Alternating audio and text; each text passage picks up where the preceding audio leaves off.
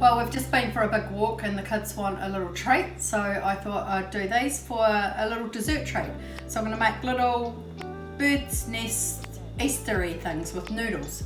So first I've got a pack of chocolate chips I'm going to melt in the microwave. So pour that in the jug and just want to pour probably a couple of tablespoons of oil in. 30 seconds to start with.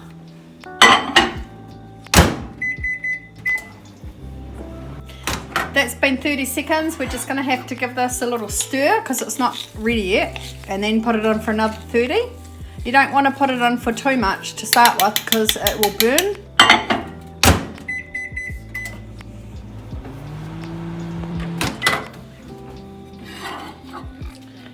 It's starting to melt nicely, but it's still not ready. Just going to put that for another 20. Oh, that's beautiful. So I've just crunched up these noodles a little bit because I'm going to do mini muffin tins. If you were doing the big ones, you wouldn't have to. So the chocolate's melted and we just pour the noodles in and stir it all around so they're all coated in chocolate. And then I'm going to put some in each case.